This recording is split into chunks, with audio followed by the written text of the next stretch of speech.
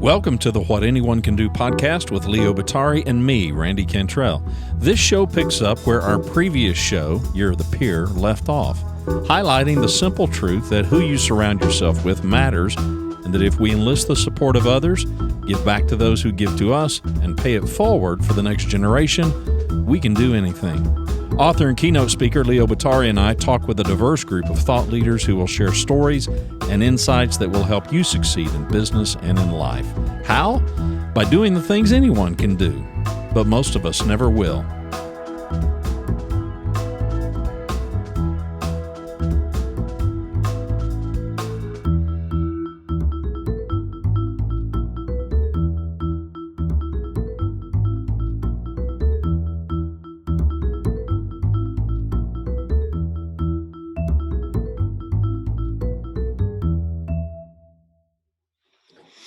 Welcome back to another episode of What Anyone Can Do, the podcast. My name is Randy Cantrell. Coming to you from a chilly, a frigid Dallas-Fort Worth, Texas. He is where the weather never changes. San Diego, California. He is Leo Bottary. The website is leobottary.com, Leobottary, and you're at least donning red for Happy Valentine's Day. I am, and W for the weather never changing. So, yeah, it's yes, happy Valentine's Day to everyone. Yeah, got to put a little red on today. I do not have a Valentine's hat per se, but Nationals did win the World Series, and we try to celebrate those doing well in sports.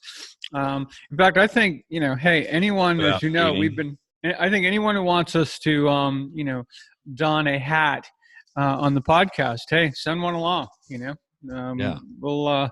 We'd love to do that. Like I said, I think in particular, there's probably only one hat that I really because I'd be disowned by my family and everything growing up in Boston, is I can't do the Yankees hat thing. I don't obviously have anyone who grew up in New York and the Yankees are their team, totally get that. I mean, that's just the way that goes. I mean, just like Boston and Red Sox fans and all. I think if you grew up in another part of the country and you chose that, I don't know about that. That would have to be a longer conversation to figure out what that was all about. But I think, short of that, excited about, the Chiefs and what they did this year.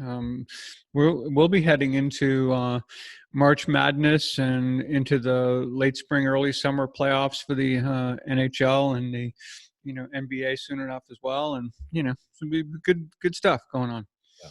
Well, here in Dallas, and of course Dallas hates Houston, and of course the big news in baseball circles is the big cheating scandal. With Houston. So today, radio is abuzz with how poorly they handled the press conferences and stuff yesterday, including ownership and players and management, and kind of not really owning this whole cheating thing. And I freely admit I'm not a big baseball fan. I'll watch the ACLS and NCLS in the World Series, but that's about it. It's about all the baseball that I can handle. But I don't know. I might have to think about an Astros hat. I might not be willing to wear the Astros hat living here in Dallas-Fort Worth. Well, one of the things, since you brought up the cheating scandal, it's not like we haven't been dragged into it, in Boston in a big way too, with, Alex Cora being dismissed. And so Now it's like the Red Sox and the Patriots. I think if the Bruins and the Celtics are tied to any, such scandals, we're going to be like the cheating city if we're not already, being labeled that now. But yeah, it's who was it that said if you're not cheating, you're not trying hard enough? That's right. Yeah, I don't know who said that either, but it's a good line. Yeah. It's a good line. Well, it does kind of segue into our topic today about truth. So fairness and all that. So last May, and we didn't do a show on it. Of course, we don't always do a show on every single piece that I write for CEO World, but the piece actually was done last year in 2019. It was about speaking truth to power, but from two perspectives: from the perspective of the employee speaking truth to power to the CEO, for example, but also for how does the CEO actually create an environment where people want to speak truth to power to them?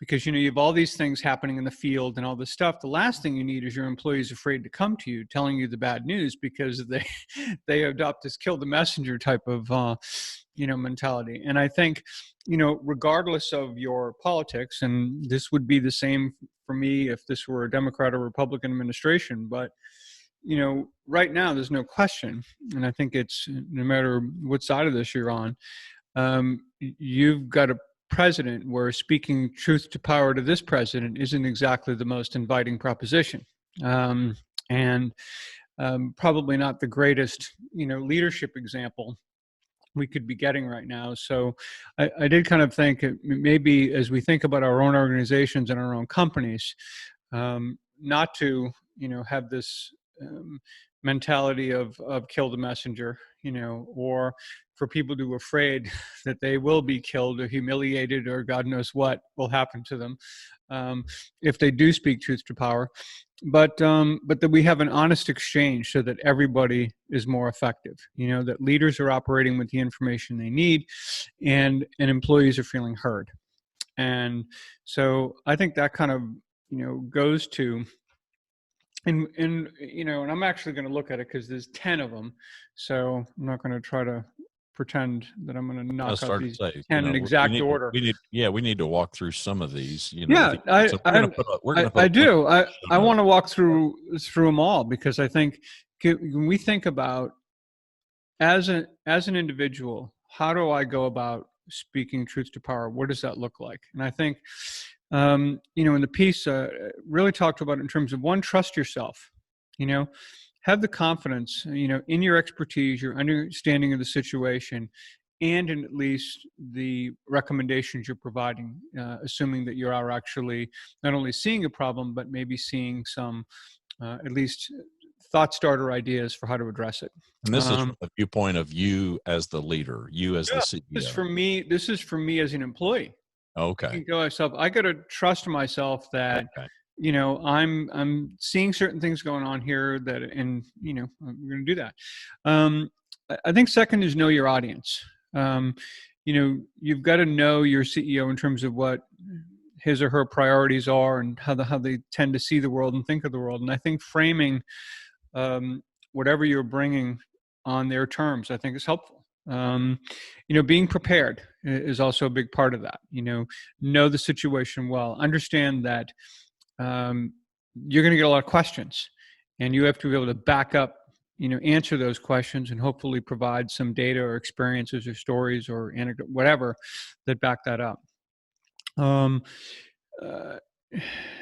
Next is really consider it your responsibility to share your professional judgment.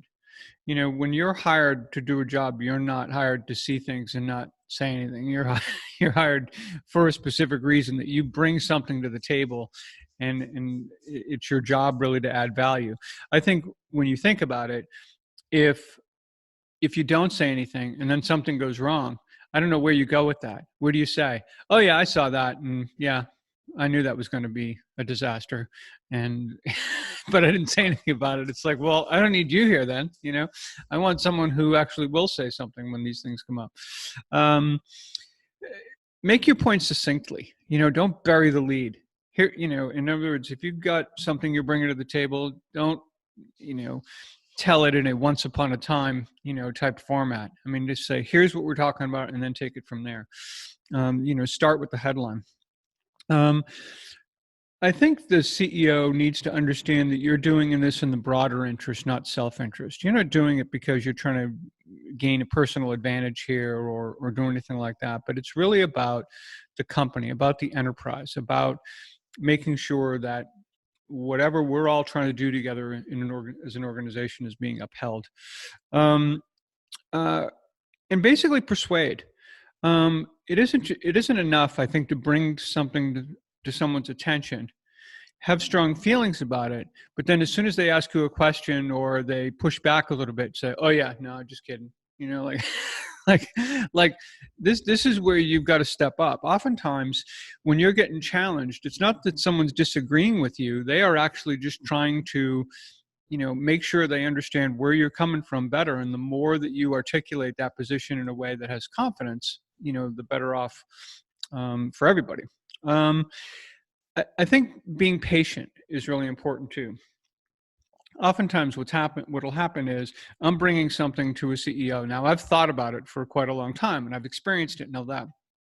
So I'm expecting the CEO in a minute, to understand what maybe took me hours to kind of put together. So I think don't always expect either an immediate response, an affirmative response. Just feel as if I was heard. And I made the case as I did, and trust that maybe for some people, they may want to digest that a little bit or get some other perspectives on that. And I think that's exactly what you're looking for. I think in the end to understand that bad news is better coming from you than from outside the company. I think that's really key. And I think finally is really trust your leadership.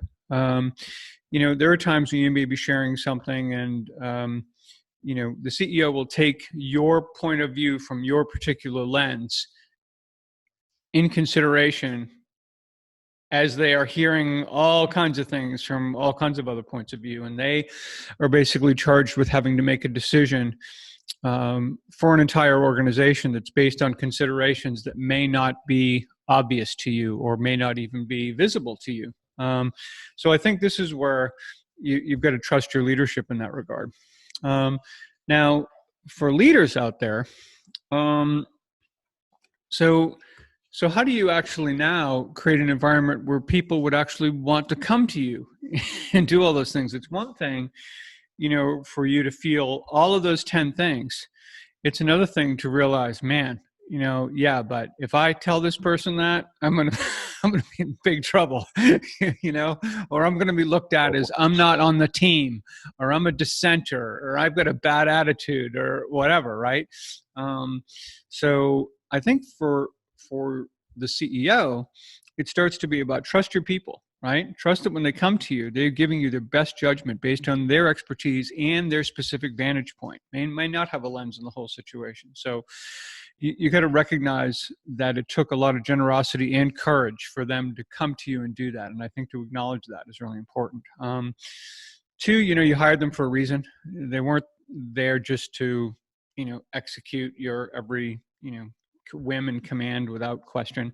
Know your employee. Be mindful of who this person is and why they're coming to you, and I think really take that into consideration.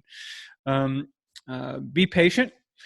For that person, it's kind of the CEO has to be patient too, because for someone bringing something to the CEO, especially when it may be something that he or she believes they may not want to hear, just let them get it out. It may not come out perfectly. They might bury the lead a little bit. They might do whatever. But so be patient, because it takes a lot of courage to do that.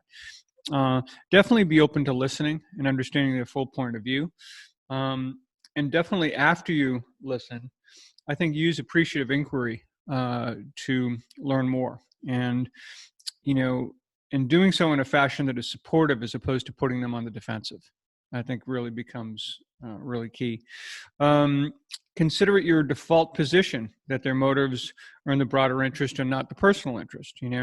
Don't immediately be suspicious of that person. Think of it in the broader interest, unless there's something that leads you to believe otherwise. Absolutely don't feel the need to respond in the moment. That person isn't always about wanting an answer or wanting a solution. They may just want you to say thank you for coming to me and doing that. If it is bad news, obviously thank your employee for bringing it forward and having the courage to share that with you. And again, I think finally you want to keep their unique vantage point in mind.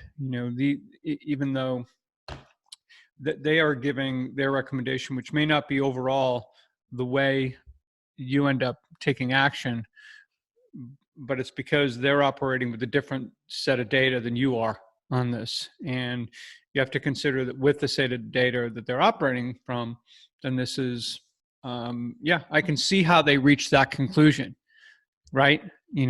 So I think with a lot of this stuff, this becomes a real sticking point for a lot of employees. And this isn't just about conversations with the CEO. This is about every time you show up to a meeting, every time you are, part of a group or a team where you have to, if you think about it, have all of these same considerations for and about one another, and that there's a trust there, and that whatever we're doing is really for the good of the enterprise. And that's why we're all here and what it's all about. I mean, when you think about times where either you've been in the leader and trying to create that environment, or times where you've worked at a company where you've had to bring things forward, what are some of the, experiences you've had around that? Well, my first thought while you were going through that list, even before would get to, and we'll make that article available in the show notes too. We'll put links. Yeah. We'll put links to this. Yeah. My thought is, here we are on Valentine's Day as we record this on Friday, 14th of February, 2020, and people can think about their romantic relationships, and we've all got this ideal in our head. I happen to be married to the same woman for 42 years. We fell in love as kids, and I mean, we've been together since we were 18. So that's my perspective. And for many people, that would not be the ideal. For me, it kind of is. And as you were going through that list, I mean, I can hear people say, yeah, Leo, that sounds great and wonderful, but man, that's the ideal. And we all know that even a 42-year marriage is not always ideal. Things aren't, it's not this picture book story. And much of what we talk about, it is the ideal, but we're both optimists, and I think we are both leaning really hard into the optimism of at least striving to achieve that ideal. But what would you say to that kind of pushback? Yeah, this is all great and wonderful, but man, there are so many challenges and hurdles to achieving any one of these, much less all of them together. Yeah. So a couple things. One is, one of the reasons that the article was written from both perspectives was the understanding that, so if you write this from one perspective and say, you know what, as an employee, if you do these 10 things, you're going to be great. Well, you could do these 10 things, and depending on who the CEO is or who the leader is, you get your ass kicked. There's no question about that. I get that. Right. Which is absolutely why. In fact, the title of the CEO World article is Speaking Truth to Power in Reverse.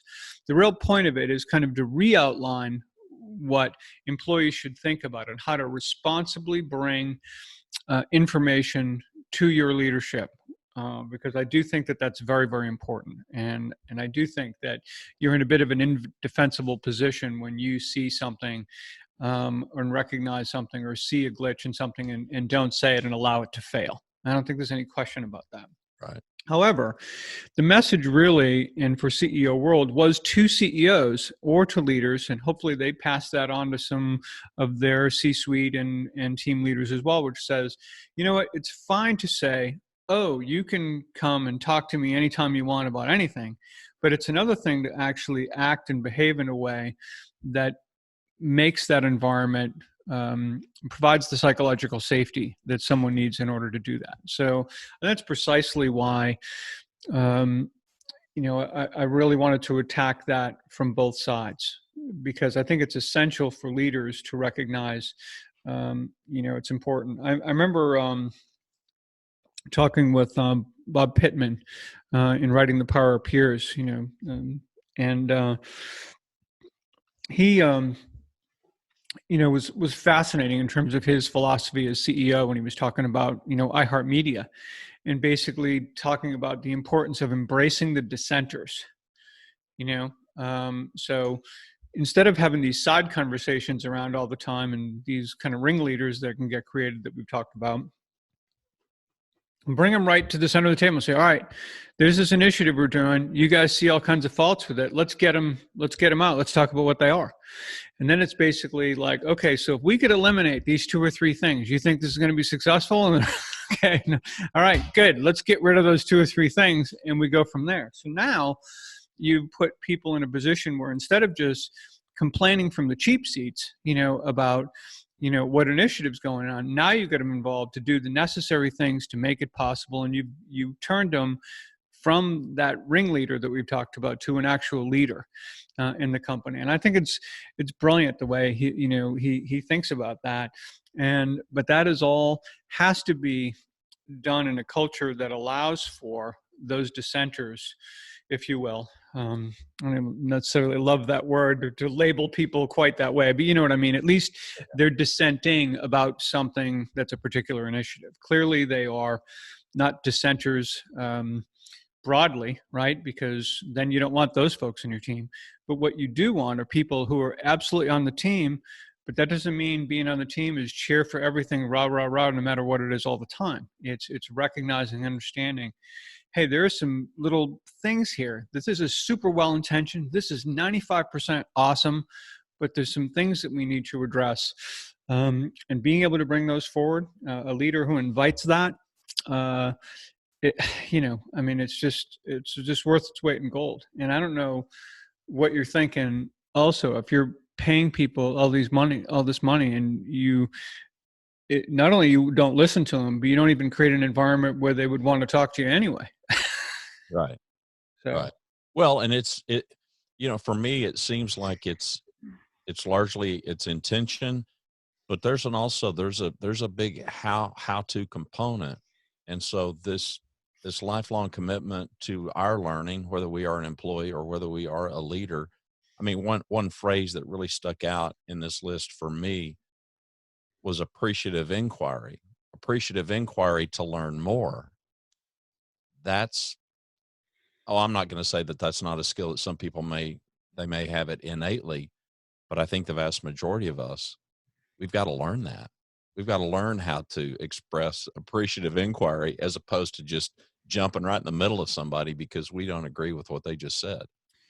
Yeah. And I think that's why when I talk about you're going to get questions, and you're going to have some CEOs who are really skilled at appreciative inquiry and some who are actually well-intentioned with their question, but it's certainly not going to feel that way in the moment. And the inclination is going to be to put you on the defensive, that someone's trying to put you on your heels. And I think this is where you have to at least take the position that, okay, I just got the hard question, but you know what? I'm ready for that hard question. I'm going to put it out there in terms of, my response to that question and provide some evidence around that without getting caught up with how it was asked. So I think there's a bit of that. Is the ideal that you would get appreciative inquiry from your CEO? Sure. Is it likely to happen? Maybe, but maybe not. But that shouldn't change how you're going to go about doing what you need to do. And that's why all of the things, when we think about the steps, and there's really, I know it's 10 steps on each side. And again, not only are they not particularly memorable in a way, I mean, I wrote them and I had to read through them, because you just want to go through it. But if you think about it, it isn't just 10 different things. They're all very interrelated. When you read them a few times, you get yourself into the mindset of, okay, A, it's my responsibility to do it. B, I'm going to do it for the greater good. C, I'm going to be prepared to answer questions, to put this out in a way that's succinct, and not necessarily expect that I'm going to get the answer that I'm looking for in that moment, or at all for that matter. And when you get right down to it, I mean, that's the nut of it. And again, for the CEO to be that person who at least creates it. It's almost like when we talk about psychological safety in groups, we talk about people modeling psychological safety, right? Like if you see one person share something and be vulnerable and you see that there was not any penalty for it, in fact, that person and others benefited, awesome. So you might argue that, if I saw that person doing, then I can do it now, and that makes me feel safe. That's part of what makes you feel safe. The other part would be, as that person was sharing, what were the other people in the room doing? How were they listening? What type of empathy was really going on? Were they checking their cell phones? Were they looking out the window, while this person's pouring their heart out? that doesn't feel very, very safe, right? If you watch that going on, right? No matter what the outcome may have been for that. So the safety is really created by the recipient. And in this case, the CEO wanting to be the recipient of all the information he or she can get their hands on with regard to how best run the organization. Creating that psychological safety becomes huge. But this article has a real big overtone. To me, it did when I read it for the first time, and it has since, of just our individual leadership. To your point of kind of leading the way. Okay, so if the CEO isn't modeling or isn't performing, isn't doing some of these behaviors, for instance, that appreciative inquiry, if other people in the room can lead the way and show the impact and the power of that, it is rather amazing how a room can pick up on things. And we're assuming this is going to be a C-suite kind of a room. This is going to be, if you are an audience with the CEO, you certainly have got there's no probable to it. You do have more power than you realize, to influence that CEO. You wouldn't be there. They wouldn't even want, you couldn't get in meeting room. And it's likely, by the way, that you're not going to be alone with the CEO right. too. They could very well have someone there, and you're talking in front of a couple of different people. And, again, this is where all those things I mentioned about preparedness and understanding the audience and all of that really becomes essential. But, in the end, this is why I just kind of felt like as we sit here thinking about what we're watching in the White House right now with, people essentially being, escorted, out of the White House for, one could argue, performing their duty, and other people argue for being disloyal, which is why they're, all of that, I guess your position on it. But I think in terms of our organizations, we have to think in terms of there's nothing disloyal about bringing truth to power. And sometimes that's not going to be, that's not going to be direct, right? So I think the president would argue, well, if they came to me, that would have been great. But instead, they went to Congress. They went to, like, what's that all about? Well, because we actually have a government where there are checks and balances, and there are those procedures and those things, in place. I think in most of our companies, we might be loath to go above our boss, for example, and things like that. And I think by and large, I think we should work with our supervisors from that standpoint, not around them, obviously. But it's I know it's dicey, but I think for leaders, being able to set the tone for people being able to be open is essential. Well, leadership is a dicey business, so there's that. There it is. That's why so you update us on the book. So I'm going to be able to give you a better update on the book, I think, in a couple of weeks, in terms of precisely how many chapters are done, and I'm doing a lot of mapping out of chapters right now in terms of I think about it in terms of more like the architecture of the book than if I were building a house, I'm not at the stage where I'm moving furniture in yet. Let's put it that way, and for me that'll be the easier part. Since this is your third one, anything changed in the process? I know people are very curious about people that write books and just the process. I mean, what's changed from the first book to this book? Anything? More time up front on run the planning part of it. Yeah. It's not a 2,000 or 3,000 word article. It's in my case somewhere usually in the 40 to 50,000 word range.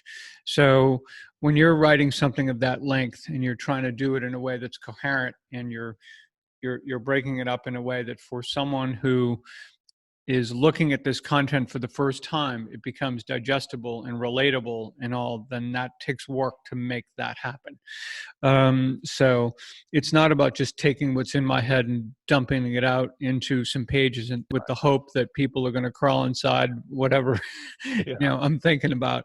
I mean, I have to imagine, someone who's just picking this up, and you just really walk them through step 1, step 2, step 3 and 4, and you don't skip anything along the way. And sometimes it's easy if we've looked at something, I don't care who it is, or how, if you look at anything and that has any complexity to it, and you know it really, really well, then you start taking for granted certain steps and certain things that to you are, of course, right, they're part of that. But for someone reading it, they're like, how did you get from there to there? Like, what's happening in the middle here that you didn't? So this is why, having people, I think about the kinds of people that you want, reading the book, right? So I want a lot of, I love it when people, like, I think about 3 kinds of people that I'll have read something before it goes. One is someone who really knows the content well. Okay. So they look at it and they go, okay, you're not completely off your rocker kind of thing. Second is someone who really understands how to write something really well and understand really, good writing and the construction of it. And so, word choice and things like that. And the third is someone who knows nothing about either, really. Somebody who's never written a book. They don't really know a lot about the content. It's like, here you go, right. and that is super valuable, because then it's like someone's like, because it doesn't help if someone says to me, I don't get this. Mm-hmm. Me saying, what do you mean? What do you mean you don't get this? Right? It's right there, blah, blah, blah, right? I've got to look and think, all right, tell me about what it is that is unclear so that I can fix it. Because this goes back to the, when you think about whose responsibility is it that the content gets delivered in a way that's clear and as intended, it's 100% on me to make that happen. So if someone's coming back to me saying, I don't get it, then I'm falling down somewhere on that. And it isn't for me to say, the power of the author. That it's for me to figure out, how do I rework it so that it doesn't happen with someone else? And and I think that is, and really important for all of us when we do that kind of stuff. Yeah. Well, I'm excited for it. So let me be your sales guy here. This is the first one. This is the first book. This was co-authored with Leon Shapiro back when Leo and Leon were working together. And here's the second book. This is the most recent book. Encourage you to pick up both of these. If you have any interest at all in the subjects that we talk about here on the podcast, then these are books that you would you'd learn a lot from. You'd appreciate them. I think especially what anyone can do, right? Because I think if you're anyone, it's for you. Yeah. Are you anyone? Of course you're anyone. Well, and they've got compelling stories. These are not academic tomes. I mean, these are very practical, real world, filled with real world illustrations and stories. And I can't imagine, again, anybody. It'll resonate. And it doesn't matter what it is that you're trying to achieve. If you are trying to achieve anything at all, you need to pick. And of course, for those of you who aren't watching the video, there was the Power of Peers and What Anyone Can Do. And what you will have also seen is that in terms of the length of these books, this isn't exactly War and Peace or Grapes of Wrath or something, right? This is a pretty quick read. Right. And again, I think something that, for the most part, I think the first one obviously crawls inside how and why formal peer groups are so effective for CEOs and business leaders. And obviously we felt that was a really important book to write because it is such a powerful resource for CEOs and leaders, yet so few people take advantage of them. And we kind of felt that something else, it's not the only book about that subject area, but at least something else that contributed to giving language to that resource was something we felt was valuable. And then of course, you and I, worked on the Year of the Peer podcast series where we had 50 amazing guests, all of whom, copped to the this idea that not one of them became the success they are today all by themselves. And we got into this recurring theme that it was not just about our peers, it was about the whole circle of people who surround us, and that it was not just about being part of a formal group. It's these people who surround us every day, and how can we do a better job of enlisting them and engaging them and helping us achieve our own goals in life, but also how we can help others as well. And as you know, the title, being from Joe Henderson's line in his book, The Long Run Solution, where he was talking about successful runners and just people in general, successful people in general, said, look, he said, most of these folks aren't capable of like leaping tall buildings in a single bound. They're not, he said, they just do the things that anyone can do that most of us never will. So this idea of what anyone can do, which are these little things that if we can do them every day and make a commitment to those things, we will do far more often if we are surrounded by people who can help provide the encouragement and the accountability and the advice and the resources sometimes to help us get what we want. And again, for us to be able to return that favor to others, I think is really powerful. So yeah, it's great stuff. Yesterday, I want to give a shout out to, I participated in a Win Mastermind group yesterday with Alexander Keenan, runs them out of Amsterdam. And what a terrific experience that was, and use the Circles platform. So also shout out to Dan Hoffman as well, and it was great too to see, because I've seen Dan run Circles, right, in terms of a meeting before, and you would imagine obviously Dan's going to run it beautifully, right? but to watch someone else do it and be able to see how they will be able to seamlessly and so easily use this tool to facilitate this group of about a half a dozen we had yesterday was remarkable. And it was just a really good experience. It was 1 hour. And I think everyone walked away with some terrific takeaway value. And it just shows you, and by the way, every one of us, other than I knew Alex, but all the people around the table were meeting for the very first time. And the value that everyone contributed and experienced and everything was really quite great, and it was really cool. So, it was good stuff. And that's awesome. Yeah. If you are interested in Leo as a keynote speaker, workshop seminar conductor, leobottary.com. That's leobottary.com. The company is Peernovation. Peernovation.co takes you to the exact same website. We'll put links to Leo's work. And if you have any interest in hiring Leo, working with Leo, there'll be links over at the website for you to do that. We appreciate you listening to the podcast, and happy Valentine's Day. And I'll give you the last word. Yeah. Just one other thing before we sign off, because here's it isn't just about, yes, I would love to, deliver a workshop or do a keynote, certainly for your group or team. But on the other hand, I'm actually doing a webinar for Seton Hall University next Thursday. Now, I believe it's at 11 p.m. Eastern time. I'll have to double check that, but I'm sure you'll see a lot advertised about it. And it's basically about how to maximize your experience at conferences. This is where we get to that.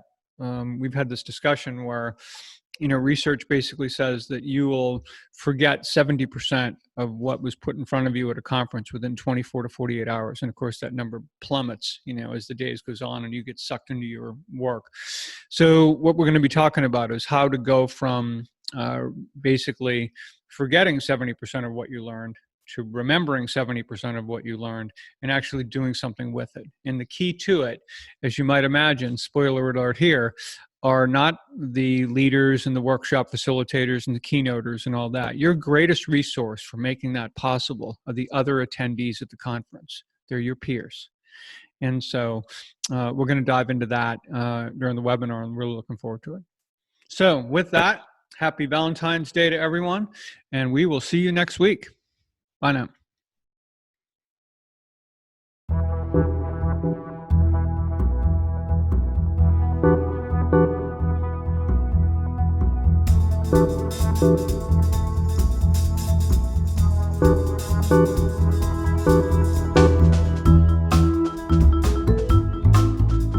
To learn more about our show and what we do, to submit questions to us, and to subscribe to What Anyone Can Do podcast, please visit our website, whatanyoneCanDo.com. What Anyone Can Do podcast is hosted by Leo Bottary and me, Randy Cantrell. Music provided by Kevin MacLeod is Vibe Ace, licensed under Creative Commons by Attribution 3.0 license. Thanks for watching or listening.